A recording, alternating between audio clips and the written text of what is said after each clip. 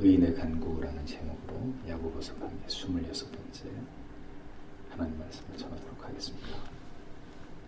사도는 성도들에게 시험과 환난의 때일수록 성도들이 어떠한 생각과 마음과 행동으로 신앙을 지키면서 또 지체들과 더욱 사랑으로 연합되어야 하는지에 관해서 이제 야고보서의 끝부분에 여러 가지 권면으로 매우 실제적인 지침을 주고 있는 것을 보게 됩니다. 성경의 말씀을 가까이 하고 그 말씀을 깊이 상고하면서 성경이 요구하는 삶을 살아가기 위해 노력하는 것이 구원을 받은 참된 성도의 삶임을 성경은 우리에게 말씀을 통해서 깊이 이것을 깨닫게 해주고 있습니다. 그래서 우리가 성경의 말씀을 대하면서 우리는 이 하나님의 말씀을 그냥 스쳐 지나가면 안 되고 말씀을 깊이 묵상해야 될 필요가 있습니다. 왜 하나님이 이러한 말씀을 하고 계시는 것인지, 이런 말씀을 우리에게 주시는 이유가 무엇인지, 무엇을 깨닫게 하고자 하시는 것이고, 이 말씀이 왜 오늘을 살아가는 우리에게 중요한 것인지, 이러한 부분들을 꼼꼼히 짚어가면서 하나님의 말씀을 살펴야 될 그런 의무가 우리에게 있습니다. 신자는 이렇게 하나님의 말씀을 듣고 읽고 상고하면서 하나님의 말씀에 깊은 영향을 받을 때 비로소 신자다운 삶을 살아가게 되는 것이고, 그리스도를 닮아가게 되는 것이고, 성화되어가는 삶을 살아갈 수 있는 것입니다. 영향을 받아야 돼요. 말씀에 깊이 영향을 받아야 돼요. 말씀이 우리를 쓰러뜨리기도 하고, 말씀이 우리를 이렇게 세우기도 하고, 말씀이 우리를 무릎 꿇게도 하고, 말씀이 우리에게 닭똥 같은 눈물을 흘리게 만들기도 하고, 말씀이 우리로 하여금 용서하게 하기도 하고, 용서를 구하게 하기도 하는, 이렇게 하나님의 말씀이 치면 넘어지고 붙들면 일어서고, 이렇게 영향을 받아야 그리스도를 닮아갈 수 있어요. 성도의 삶을 살 수 있습니다. 말씀이 전해져도 끄떡도 하지 않는 영혼은 정상적인 경우에 신자의 영혼이라고 할 수 없습니다. 하나님의 말씀을 가까이 하시는 분은 그래서 당연히 성경의 진리의 말씀과 깨달음에 깊이 영향을 받을 수밖에 없고, 그런 상태에서 시간이 지나갈수록 결국 성경이 말씀하는 삶을 살아가게 되는 것은 당연한 일이 되는 것입니다. 하나님의 말씀은 성도의 삶의 변화를 목표하고 있습니다. 성경은 그냥 참고만 하고, 성경 말씀은 참고만 하고, 실제적인 삶의 문제는 그때그때 되는 대로 알아서 살아라. 할 수 있을 만큼만 살면 된다. 성경은 어디에서도 그렇게 말씀하고 있지 않습니다. 하나님의 말씀의 기준으로 다가가고자 하는 것이 신앙이지, 하나님의 말씀의 기준을 우리의 삶과 현실의 상황으로 끌어내리는 것은 하나님이 보실 때 올바른 신앙이라고 볼 수 없습니다.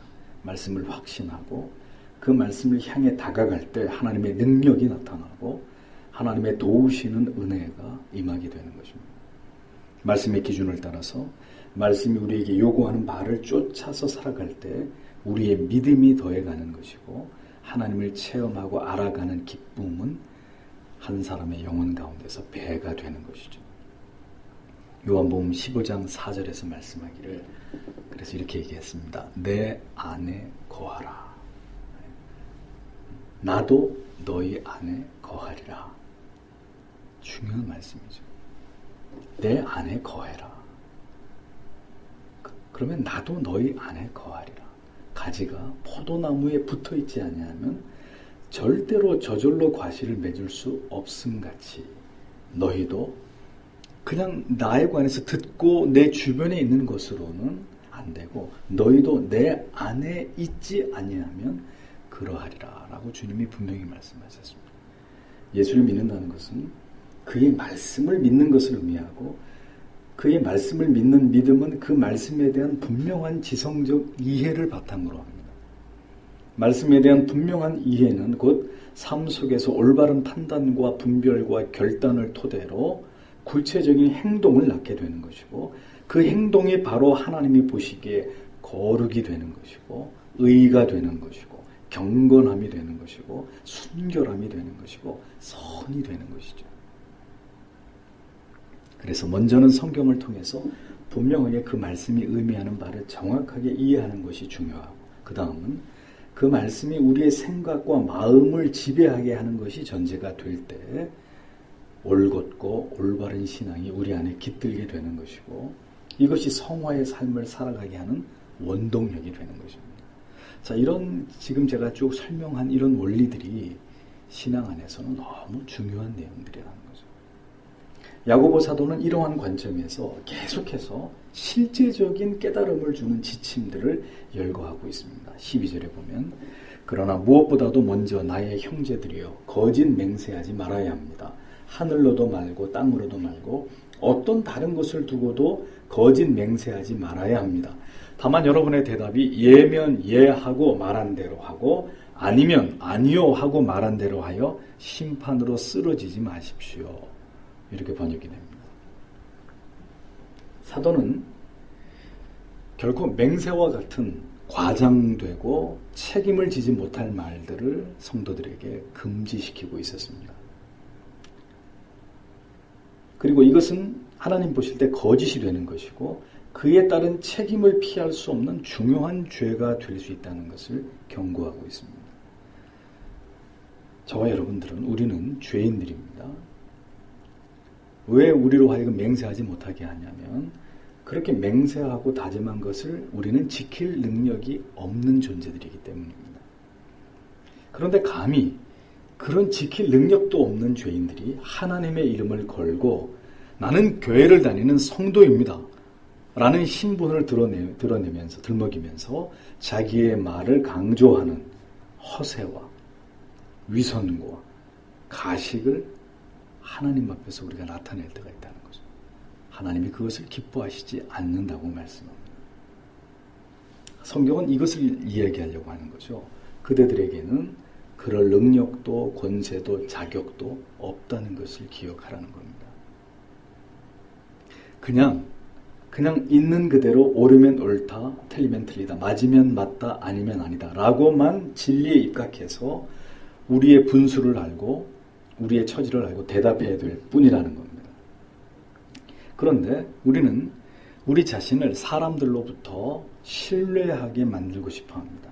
사람들에게 신뢰받는 존재가 되기를 원합니다. 사람에게 신뢰를 얻으려면 오랜 시간 동안 우리의 삶과 행동으로 이 신뢰를 주어야 신뢰가 생기죠. 그런데 쉽게 빠른 방법으로 신뢰를 얻고자 합니다. 그렇게 될 때 우리가 저지르기 쉬운 죄는 뭡니까?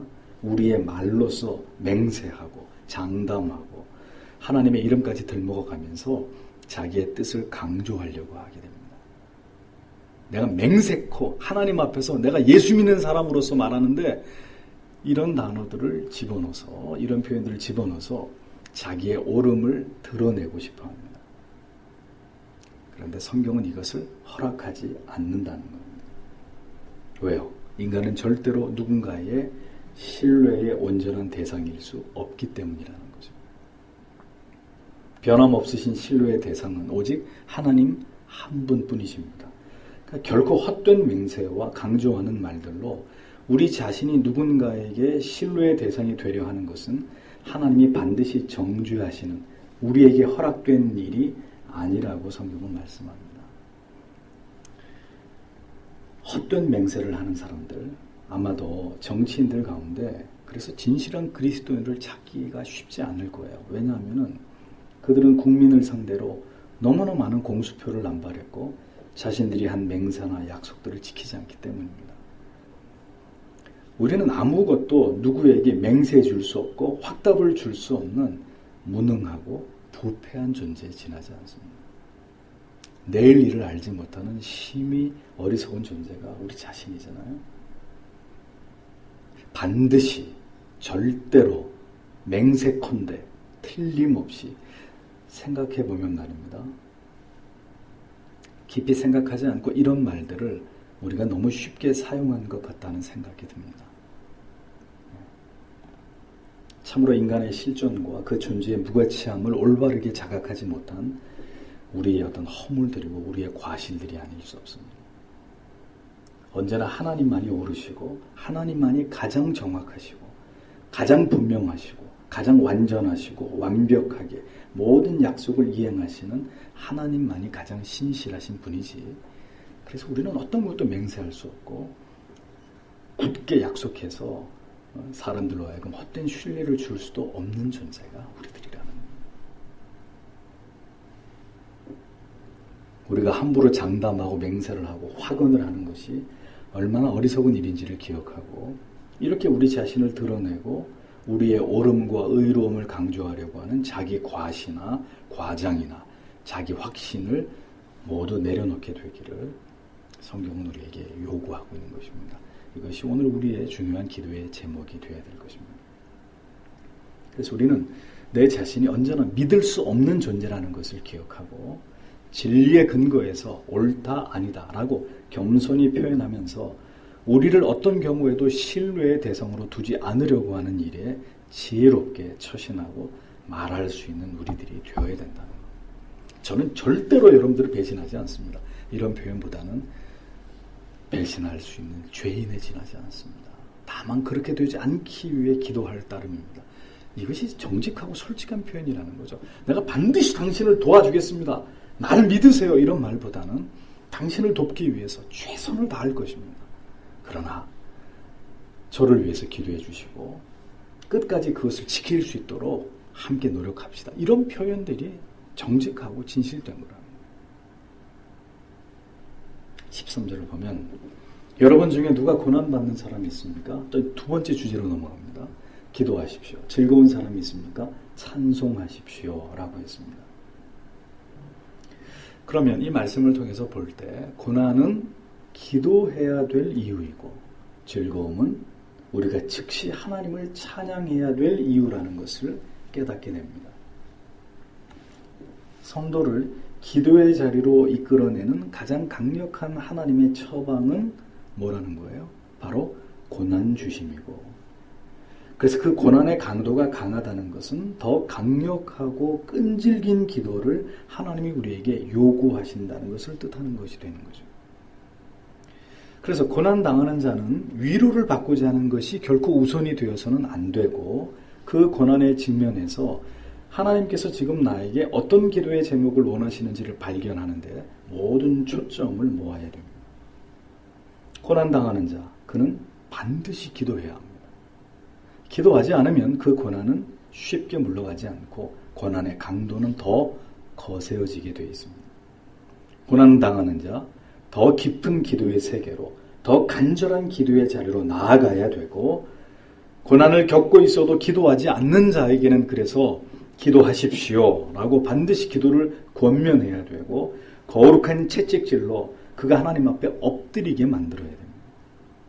그것이 고난 가운데 있게 하신 하나님의 뜻이고 그에게 주시고자 하시는 고난 뒤에 감추어져 있는 유익이 되기 때문입니다. 그러면 두 번째, 즐거움을 주신 이유는 뭐냐? 하나님께서 그들에게 찬송을 듣고 싶어 하시기 때문이다 라고 성경은 얘기합니다. 하나님께서 우리 안에서 우리를 위해서 행하신 일들을 통해서 하나님의 이름이 크고 높임을 받으시는 것을 하나님이 원하십니다. 그래서 성경의 위인들, 다윗이나 모세 같은 인물들이 하나님이 행하신 놀라운 일들 앞에서 즉시 뭘 했습니까? 단을 쌓아서 하나님을 예배하기도 했고 그 다음 뭘 했어요? 그 감사와 감격을 시를 써가지고 시로 남겨둔 것이 시편 안에, 그래서 다윗의 시도 있고 모세의 시도 있고 그 하나님이 행하신 놀라운 일들에 대해서 그 시를 통해서 하나님을 찬양했던 흔적이 이 시편에 남아있는 거예요. 생애적인 즐거움과 감격과 기쁨이 있는 날은 생애적인 찬양을 하나님께 드리고 표현해야 되는 때입니다. 하나님을 기억해야 하는 순간이 성도에게는 이처럼 고난의 순간에도 하나님을 기억함으로 하나님 앞에 엎드려 기도해야 되지만 내 인생에서 기쁨과 최고의 즐거움의 순간에도 성도는 누구를 기억하라는 거예요? 하나님을 기억하라는 거예요.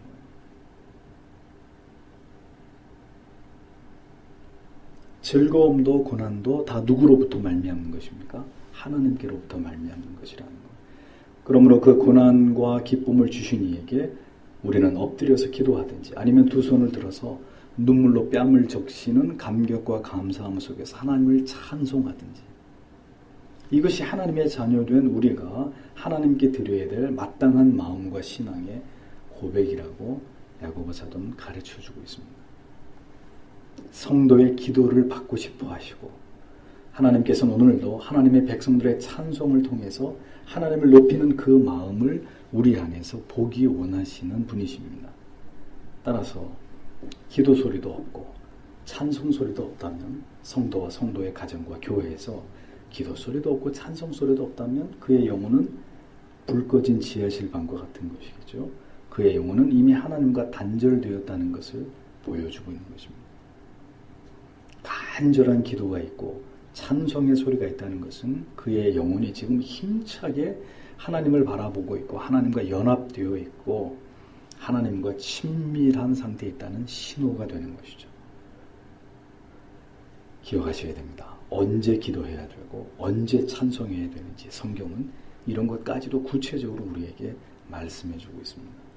다음은 14절입니다. 여러분 중에 누가 병든 사람이 있습니까?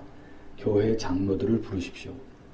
장로들이 주님의 이름으로 그에게 감람유를 붓고 그를 위하여 기도하게 하십시오 라고 기록하고 있습니다. 병에 걸리게 된 경우 이 사실을 숨기거나 혼자만 가지고 계시지 말고 어떻게 해야 됩니까? 반드시 교회에 알려야 합니다. 영적인 지도자의 보살핌과 기도를 요청하라고 성경은 우리에게 가르쳐주고 있습니다. 즉 육신의 질병을 치유하는 길 가운데 자신의 기도뿐만 아니라 영적인 지도자의 기도와 간구가 필요하다는 것을 성경은 분명히 말씀합니다. 왜 장로를 청해서 기도를 받아야 되죠? 목사가 영빨이 더 강하기 때문입니까? 내가 기도하는 것보다 목사가 기도하면 하나님께서 더 잘 들어주실 거라고 생각하기 때문인가요? 그런 차원이 아니죠. 이것은 그 양의 상황을 목사가 가장 잘 알기 때문입니다. 하나님께서 어떤 양이, 어떤 성도님이 병에 걸리셨다 그러면 그 목사에게 주시는 마음이 있기 때문이에요. 모든 질병이 반드시 죄의 결과만은 아닙니다. 하나님의 연단과 더 깊은 하나님의 뜻과 사랑을 알게 하시기 위한 방편일 수도 있습니다. 중요한 것은 자신이 왜 질병에 찾아왔는지 모를 수 있다는 거예요. 물론 하나님이 깨달음을 주셔서 알게 되시는 경우도 있지만 자신의 영적인 상태를 스스로 정확하게 진단하기란 의사가 아닌 환자가 자기의 병의 원인을 정확하게 진단하고 원인을 찾기 어려운 것처럼 성도님에게도 이것은 결코 쉬운 문제가 아닙니다. 그래서 장로는, 목사는 병든 성도를 위해 기도할 때 그의 영혼의 상태를, 그가 진실된 하나님의 종이고 그 성도의 영혼을 사랑하는 자라면 그 성도를 위해서 기도할 때 비교적 하나님이 어떠한 마음을 통해서 그것을 정확하게 알려주시는 경우들이 있습니다. 그 질병의 원인이 무엇인지, 하나님의 뜻이 어디에 있는지를 비교적 올바르게 진단하고 진심으로 그 성도님에게 필요한 기도를 해줄 수 있기 때문입니다. 누가요? 장로가. 환자는 병이 낫는 것만이 중요합니다. 하지만 의사의 관점은 다릅니다. 의사는 그 병의 원인을 파악하고 근본적인 치유의 방법을 가지고 접근을 합니다. 제가 수년 전에 장이 이상이 생겨가지고 병원에 한 열흘 동안 입원한 적이 있었습니다. 가장 고통스러웠던 것은 몇 번 제가 설교 때 얘기한 것 같은데 코에다가 튜브를 삽입하고 있는 그 시간들이었어요. 이 코에서부터 이렇게 삽관을 해가지고 저 위에까지 관을 이렇게 집어넣어서 일주일 동안 물도 먹지 못하고 금식을 시키더라고요. 필요한 거는 뭐 이제 주사기로 다 공급을 해주고 다 그만두고 나도 이 코에 삽입된 튜브 때문에 이 고통이 이만저만이 아니었어요. 아주 끔찍해요. 그냥. 해보지 않은 사람은 절대로 이해 못해요. 침을 삼킬 때 이 후두의 이 고통, 이 침 삼킬 때마다 고통이고 밤에는 이 코가 욱신거려가지고 잠을 잘 수가 없어요. 근데 이것이 내 장을 정상화시키기 위한 의사의 조치였습니다. 나는 제발 이거 좀 빼달라고 하는데도 절대로 안 빼줍니다. 고통에서 해방되고자 하는 것이 환자의 마음인데 의사는 고통을 덜어주기는커녕 또 다른 고통을 나에게 선사하더라고요. 질병 가운데 성도님들은 속히 치유되고 회복되기만을 생각하시지만 목사는 그 고통을 통해서 하나님께서 그 성도님 가운데 두신 뜻이 이루어지기를 기도할 때가 있습니다. 물론 주님을 위해서 충성하시던 신실한 성도님들이 뜻하시지 않은 질병이나 고통을 당하면 목사의 마음도 말할 수 없는 어떤 슬픔과 아픔과 탄식이 생기기도 합니다. 장로를 불러서 기도하게 하는 것은 이처럼 그 영혼에 대한 비교적 정확한 진단을 통해서 하나님께서 바라시는 기도를 드리게 하기 위함입니다. 다만 질병이 그 즉시 물러가기만을 기도하는 것은 결코 하나님이 원하시는 올바른 기도가 아닐 수 있다는 것까지 여러분들이 이해하셔야 됩니다. 왜 그럴까요? 병을 주신 이도 하나님이시고 그 병을 거두어 가실 이도 하나님이십니다. 그러니까 어떤 의미에서는 그 질병조차도 중요한 것은 그 성도님에게 말할 수 없는 유익이 되어야 한다는 점입니다. 그래서 청함을 받은 장로, 목사가 기억해야 될 것은 하나님이 이 성도님에게 바라시는 바가 무언지를 가지고 간절히 기도해야 되는 거예요. 가능하면 그분에게도 얘기해 줄 수도 있고 또 얘기해서 그분이 시험에 들 것 같으면 자기 혼자 아무도 모르게 어떤 하나님이 주시는 느낌을 가지고 그 성도님을 위해서 간절히 기도해야 될 책임이 장로들에게 있는 거죠. 그러면서 또 중요한 것은 청함을 받은 목사가 기억해야 될 것은 오늘 성경에 주의 이름으로 기름을 바르면서 위하여 기도해야 된다라고 말씀한 부분입니다. 기도하는 영적인 지도자에게 있어서 철저하게 금기시되는 게 있습니다. 그게 뭐냐면 마치 자신의 능력으로 병을 고칠 수 있을 것이라고 믿는 이런 어리석음입니다. 이런 경우 너무 많죠. 내가 예수의 이름으로 명하노니 아무개 성도의 질병이여 떠나갈지어다, 물러갈지어다, 이런 유의 기도들 너무 많이 여러분들이 이전에 들어보셨을 겁니다. 근데 이런 유의 기도는 참 천박하고 무지한 기도가 아닐 수 없습니다. 예수의 이름으로 기도하라는 말은 예수 그리스도의 뜻대로 되어지기를 바라는 마음으로 기도하라는 의미입니다. 즉 주의 뜻이라면 고침을 받을 수 있을 것이라는 믿음으로 기도하라는 의미지 예수의 이름으로 명하노니 떠나가라 질병아 이렇게 기도하라는 뜻이 아니란 말이에요. 결국 기도자의 의지와 선포에 따라서 병이 나을 수도 있고 그렇게 되지 않을 수도 있다는 그런 의미가 절대로 아닙니다. 다만 사도시대는 사도적 권위를 드러내서 복음이 더 강력하게 전달되게 하기 위해서 일시적으로 그러한 권위와 능력을 사도들에게 부어주셨습니다.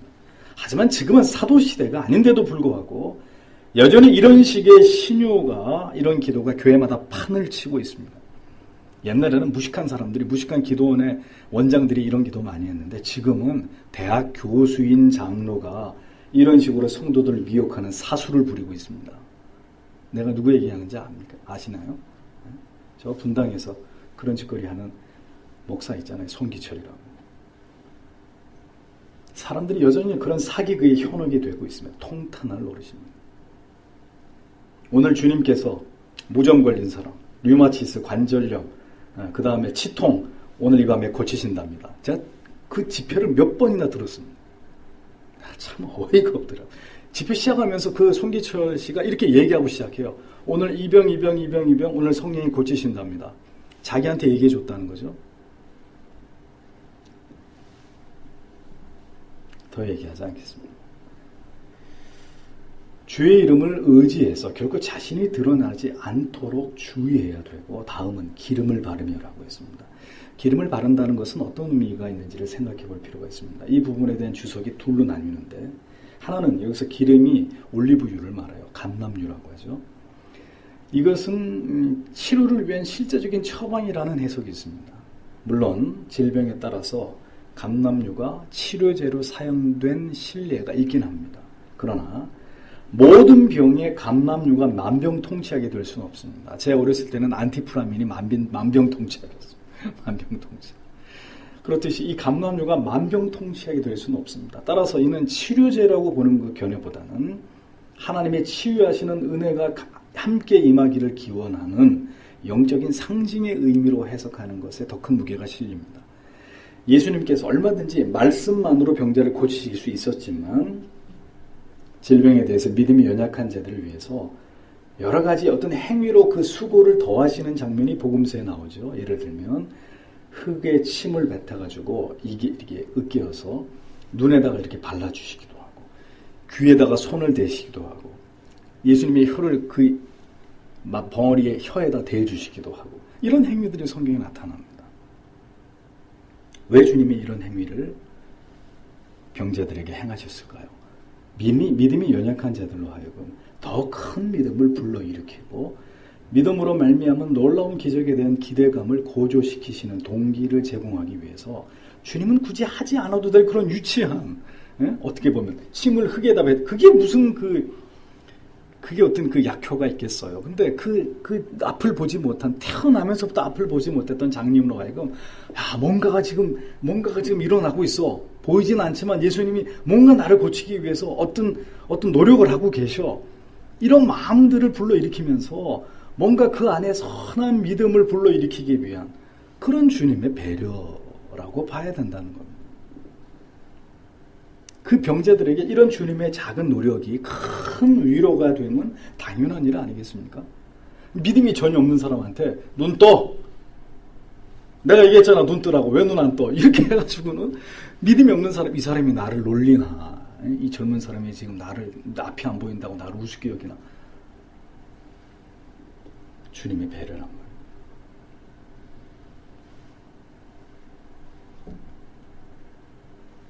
병자들을 위해서 간절한 기도와 더불어서 하나님께서 그 성도를 긍휼히 여기시고 고쳐주시기를 원하신다는 마음을 기름을 바르는 행위를 통해서 그 병자인 성도를 위로하고 격려하라는 의미로서의 기름을 바르는 것이다. 이렇게 이해할 수 있는 것입니다. 그래서 목사가 때로는 질병으로 고통당하는 성도님들을 위해서 기도하기도 하고 때로는 손을 얹고 기도해드리기도 합니다. 그렇게 해야 병이 낫기 때문이 아니고요. 이 손에 무슨 능력이 나타나는 것이 아니라 주의 뜻이라면 병이 나을 수도 있겠지만 주의 위로와 은혜를 전달하기 위한 수단으로 목회자의 기도나 안수를 사용하는 것일 뿐입니다. 이 손에서 무슨 불이 나가는 게 아니라. 그러나 성령주의자들이나 은사주의자들처럼 마치 지금 얘기한 대로 여기 기도하는 손에 대단히 능력 있는 것으로 스스로 그렇게 자기를 여기는 것은 미신적인 행위로 자기를 높이려고 하는 하나님 앞에서 대단히 불경스럽고 무례한 행위라는 것을 잊지 말아야 합니다. 그것은 믿음이 연약한 자를 위로하고 그 병들어 고통당하는 자에게 손을 올려서 기도함으로 그가 더 큰 자가 주여 나를 고쳐주십시오. 이런 믿음을 이렇게 분발케 하기 위한 그러한 어떤 섬김으로 봐야 된다는 거죠. 그러나 때때로 하나님께서 그러한 기도를 통해서 정말 병을 고치시기도 합니다. 그건 부정하지 않습니다. 그러나 모든 경우가 그렇게 손을 올리고 선포해서 병이 낫는다. 그건 미신이란 말이에요. 중요한 것은 성도의 이러한 기도의 행위가 하나님 앞에서 중요한 의미를 갖게 된다는 점입니다. 15절을 보면 믿음의 기도는 병든 사람을 구원하리니 주님께서 그를 일으키신 것입니다. 또 그가 죄를 지었어도 그가 용서받을 것입니다. 이렇게 기록하고 있습니다. 잘 보십시오. 병을 위한 기도에는 반드시 무엇이 수반되어야 됩니까? 믿음이 수반되어야 됩니다. 그 믿음으로 드리는 기도에서 두 가지의 결과를 우리는 기대하게 됩니다. 하나는 그 기도를 통해서 하나님이 병을 고치시는 것이 뜻이라면 그 간절한 믿음의 기도를 통해서 병에서 노임을 받는 일이 일어날 수 있는 것이고 이보다 더 중요한 것은 그 기도를 통해서 그의 죄까지도 사함을 받는 역사가 일어날 수 있다는 점입니다. 예수께서 종종 병자들을 고치시면서 뭐라고 얘기하시죠? 내 죄가 사함을 받았느니라 이런 말씀을 덧붙이시곤 한 것을 복음서에서 우리가 찾아볼 수 있습니다. 이것은 병이 고쳐졌을 뿐 아니라 그의 죄까지도 사함을 받았음을 증거하시는 말씀입니다.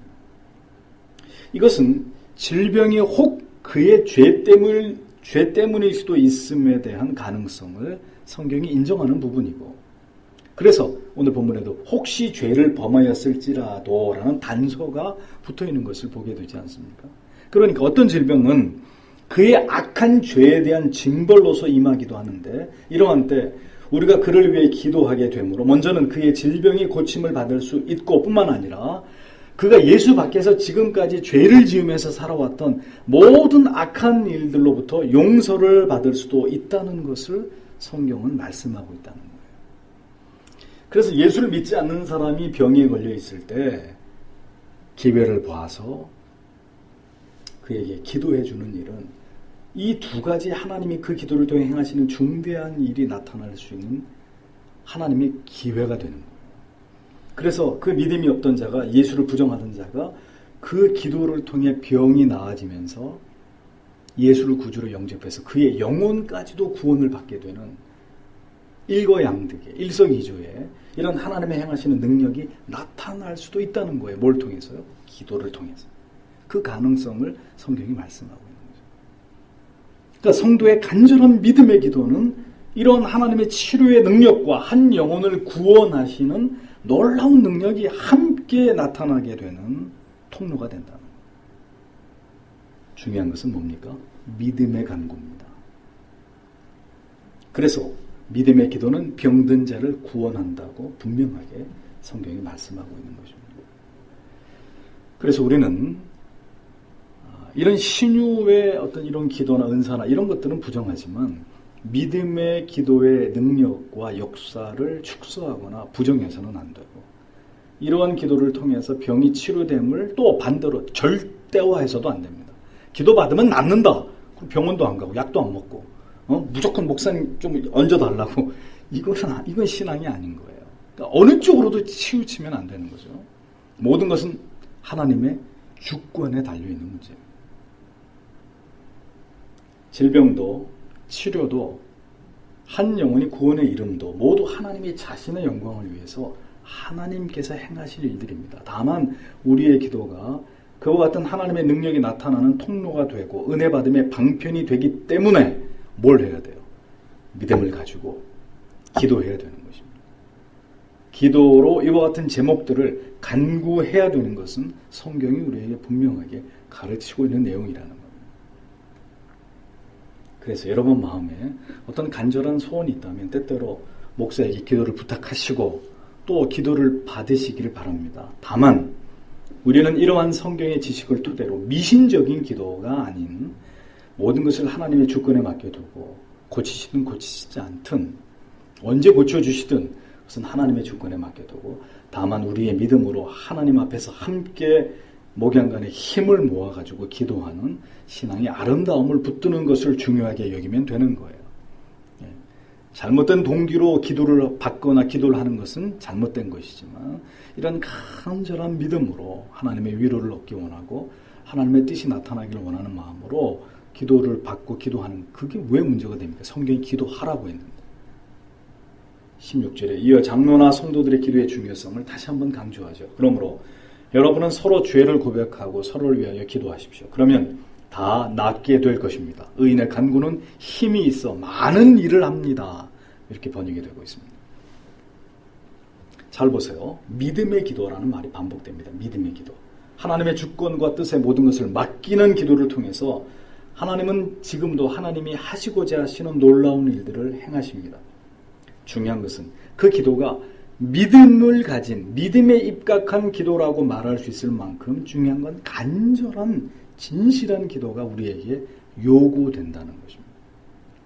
간절한 기도, 뜻을 세운 기도, 포기하지 않는 기도, 결코 사람의 마음과 뜻과 욕망의 지배를 받지 않는 기도, 하나님의 뜻에 전적으로 순복하고자 하는 기도의 마음과 자세, 이런 것들이 바로 믿음의 기도에 있어서 필요한 요소들이 되는 것이죠. 그런데 왜 성경은 죄를 서로 고백하고 서로를 위해서 기도하라고 말씀하고 있는 것일까요? 여기서 하나님의 응답을 부르는 기도의 중요한 요소가 설명되고 있습니다. 뭐냐? 죄가 자백되지 않은 기도에는 결코 하나님의 응답하심을 기대하기 어렵다는 것입니다. 죄 가운데 있는 자의 기도를 하나님은 멸시하십니다. 또 오랜 기도의 제목이 이루어지지 않음이, 즉 질병이 치료되지 않음의 원인이 해결되지 않은, 하나님께 자백하지 않은 죄 때문일 가능성도 배제할 수 없습니다. 그게 아닐 수도 있지만 그 경우의 수도 배제할 수는 없는 거예요. 물론 바울 선생님처럼 평생토록 육신의 가시를 가지고 하나님 앞에 3번이나 기도했지만 내 은혜가 내게 족하도다. 그래서 죽을 때까지 육신의 가시를 가지고 약함 가운데 더 온전함을 쫓게 하시고자 하는 하나님의 섭리가 육신의 질병 가운데 담겨 있을 수 있습니다. 칼빈처럼 자신의 나이보다 더 많은 병을 짊어지고 죽을 때까지 그렇게 해서 건강한 사람이 해내지 못하는 엄청난 일들을 해내고 하나님 앞에 가는 경우도 있죠. 존 오웬도 마찬가지 아닙니까? 이들은 오히려 육체의 고통과 질병과 사랑하는 사람들의 죽음을 통해서 더 철저하게 하나님만 의지하면서 놀라운 일들을 하게 하신 그들의 육체의 질병은, 그들의 육체의 고통과 고독은 하나님의 일을 이루기 위한 중요한 방편이 되기도 했습니다. 그러니까 그런 가능성들이 있기 때문에 전부 다 육체의 질병은 죄 때문이다 이렇게 단정할 수는 없습니다. 그러나 그런 특별한 하나님의 섭리로 인한 경우가 아니라면 우리는 말씀을 통해서 무엇이 죄인지를 깨달아야 됩니다. 우리의 신앙에서 무엇이 잘못되었는지를 깨달아야 합니다. 깨달아가야 합니다. 그래서 우리는 깨달아지는 대로 그 죄를 회개하고 죄를 토해내고 그러면서 하나님 앞에 기도해야 됩니다. 왜요? 우리는 온전한 존재가 아니잖아요. 완전하게 모든 것을 다 알고 있는 존재가 아니잖아요. 많은 경우에 어떤 기도에 하나님의 응답하심이 더딜 때 목회자는 그 성도님의 삶과 신앙의 옳지 않음을 볼 때가 종종 있습니다. 그래서 조심스럽게 말을 해줍니다.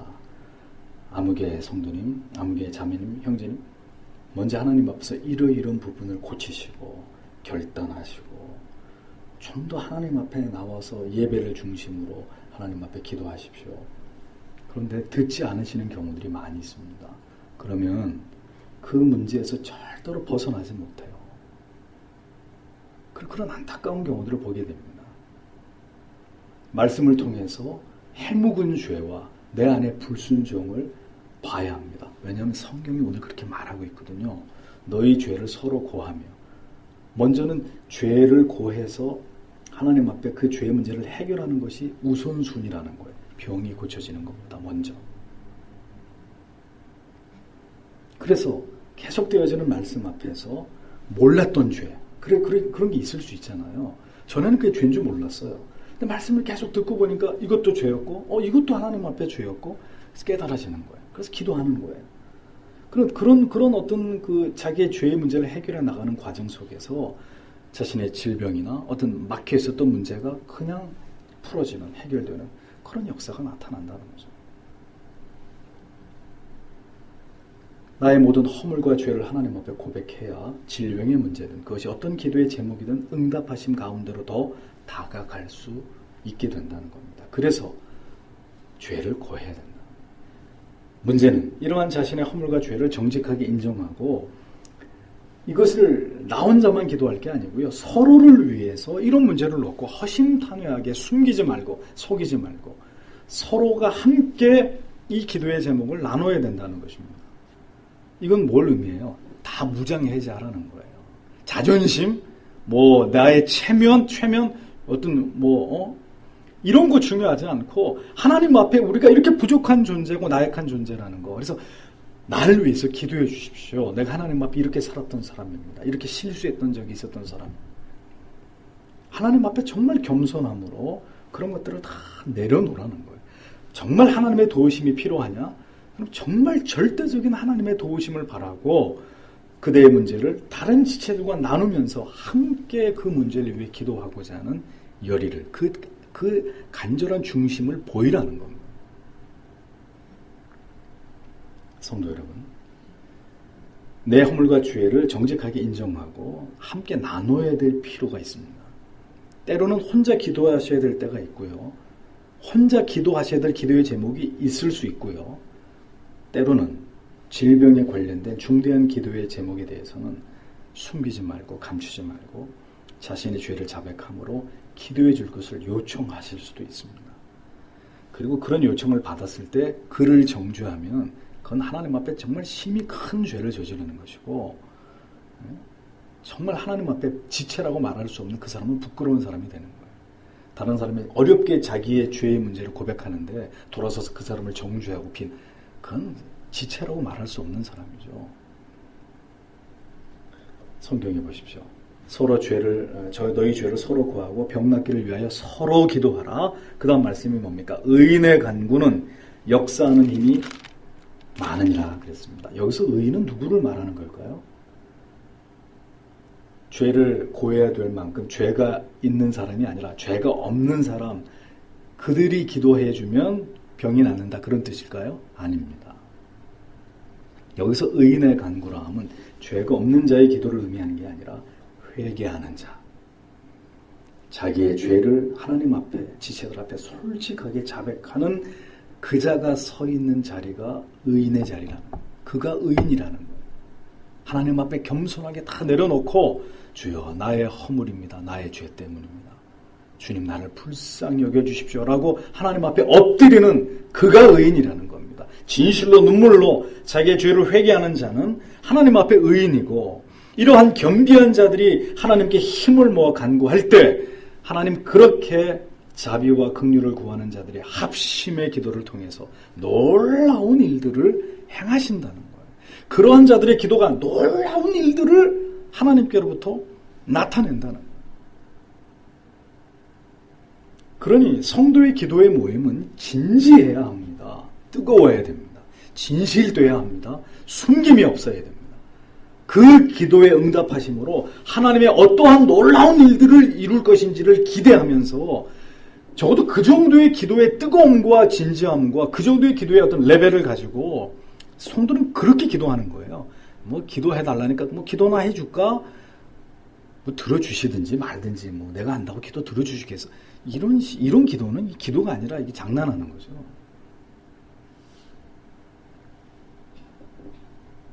성도의 기도의 모임은 이러한 기도의 응답을 준비하는 중요한 자리입니다.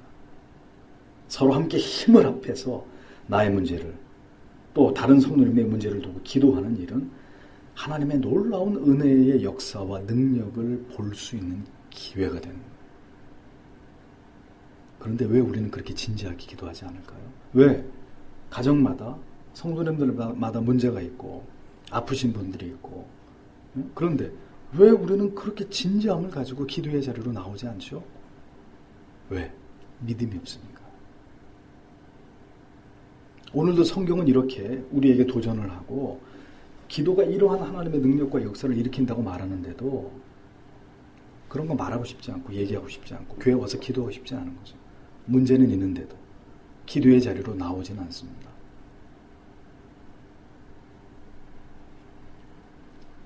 하나님의 역사를 우습게 여기는 거죠. 하나님이 의인의 간구는 역사하는 힘이 많다고 하는데도 에이 설마 그런 일이 일어나겠어? 그러니까 그 얘기는 믿음이 없을 뿐더러 그렇게 간절한 마음도 없다는, 절박하지도 않다는 뜻이죠.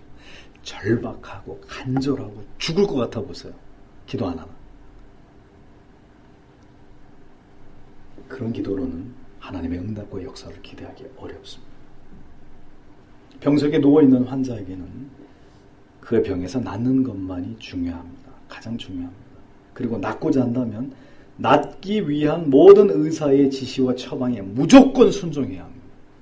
성경은 기도를 통해서 하나님께서 어떤 일들을 행하시고 우리에게 무엇을 바라시는지를 분명히 말씀해 놓고 있습니다.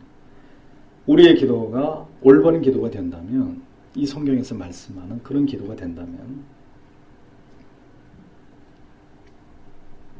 보다 분명하고 보다 신속하게 그 고통으로부터 하나님이 벗어나게 하시는 하나님의 은혜가 분명히 임하지 않을까요? 그런 하나님의 은혜도 크지 않을까요? 성도 여러분, 이 밤에 다시 우리의 기도를 재정의하고 기도하는 우리의 마음의 자세와 우리의 마음의 중심을 새롭게 해야 됩니다. 믿음의 기도, 고난 가운데, 질병 가운데, 어떤 어려움 가운데서도 이것을 뚫고 나갈 수 있는 것은 믿음의 기도, 장로를 청하여 사는 기도, 죄를 서로 고하면서 서로를 위해 간절히 기도해 주는 기도, 이런 기도가 그와 같은 기도의 응답을 불러일으키는 첩경이라고 성경은 열쇠라고 가르쳐줍니다.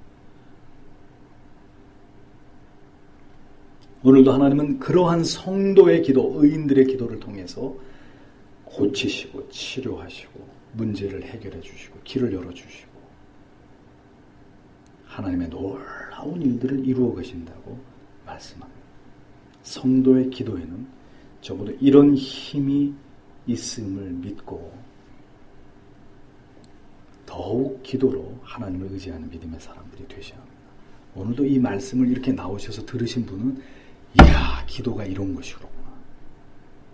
이러한 기도가 병을 낫게 하는, 하나님의 놀라운 능력을 나타내는 하나님의 방법이구나 라는 걸 알고 기도하시게 되는데, 이런 걸 모르면 여전히 기도하시지 않고 기도에 부주의하시고 지극히 형식적인 기도를 일관하시게 되겠죠.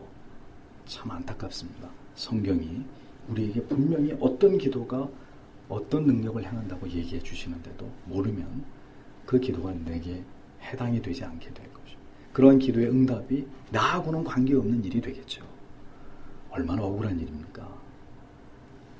설교 장로교회의 기도가, 저는 오늘도 이 말씀을 통해서 우리의 기도가 적어도 이 성경이 말씀하고 있는 이 정도의 기도의 진지함으로 우리의 기도가 자라가고 정말 우리의 기도를 통해 하나님의 역사하심이 나타나는, 정말 기적 같은 일들이 일어나고 하나님이 행하셨다고 밖에는 말할 수 없는 이런 위대한 일들이 이 작은 공동체를 통해서 이 안에서 나타나게 되고 그것을 통해서 하나님의 이름이 찬란히 높임을 받으시는 이러한 역사가 오늘 이 시대에 우리 안에서도, 이 교회 안에서도, 여러분의 가정 안에서도 일어나게 되시기를 주님의 이름으로 축복합니다. 기도하겠습니다.